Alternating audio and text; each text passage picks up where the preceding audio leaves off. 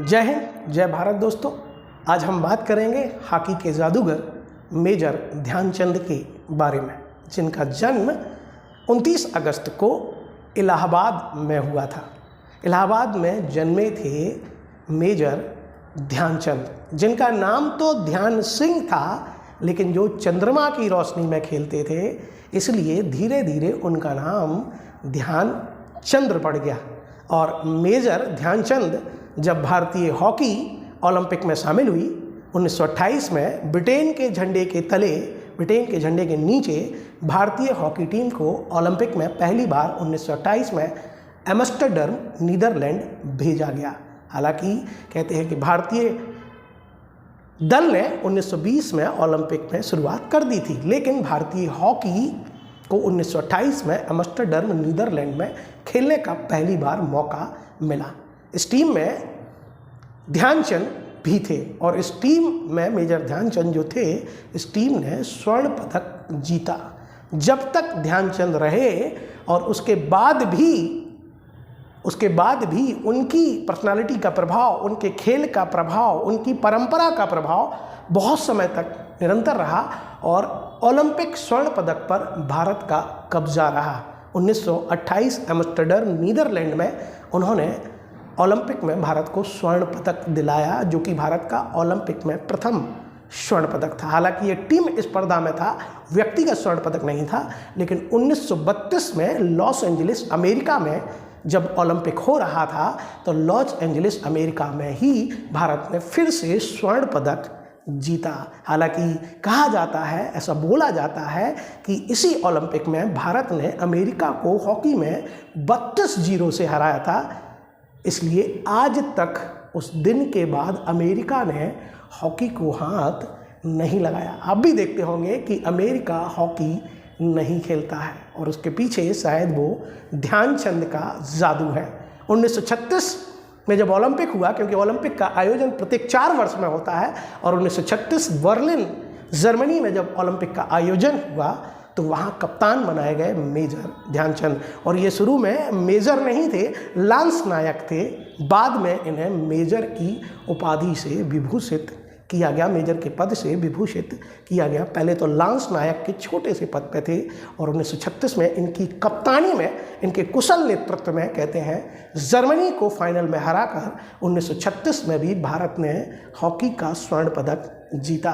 कहते हैं दुर्भाग्य रहा 1940 का टोक्यो ओलंपिक, जो टोक्यो में आयोजित होना था, द्वितीय विश्व युद्ध के कारण नहीं हुआ। 1944 में भी जिस ओलंपिक का आयोजन लंदन को करना था उसका भी आयोजन नहीं हुआ, नहीं तो ये 2 स्वर्ण पदक और मेजर ध्यानचंद की चमक और बरकरार रहती और बढ़ी हुई दिखती। लेकिन हाँ, प्रारंभ के तीनों ओलंपिक में स्वर्ण पदक ध्यानचंद की टीम ने जीता और 36 में वो कप्तान है। एक कहानी, एक बात कही जाती है कि उसी बर्लिन ओलंपिक में जहां वो कप्तान थे, फाइनल में भारत ने जर्मनी को हराया था और उस मैच को स्टेडियम में आपका हिटलर भी देख रहा था।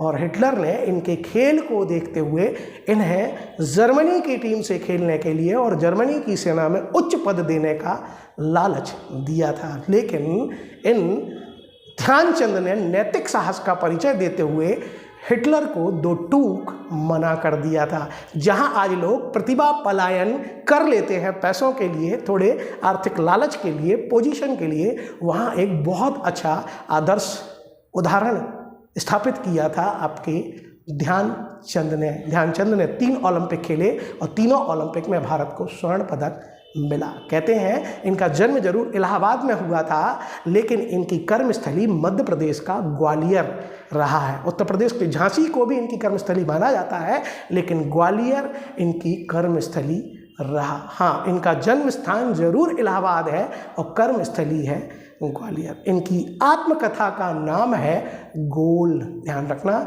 और इन्हें आदरांजलि देते हुए भारत सरकार ने, डॉक्टर मनमोहन सिंह की सरकार ने 2012 में 29 अगस्त को इनके जन्म दिवस को खेल दिवस के रूप में घोषित किया और 29 अगस्त को खेल दिवस मनाया जाता है।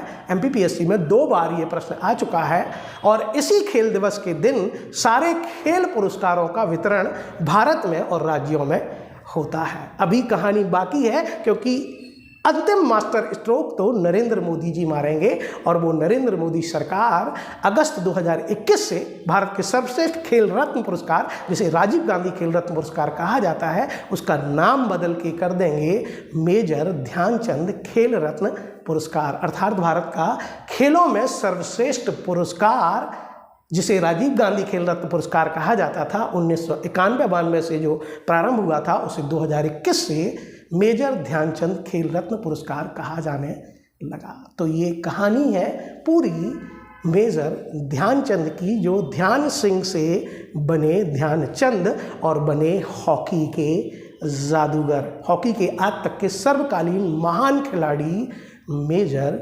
ध्यानचंद।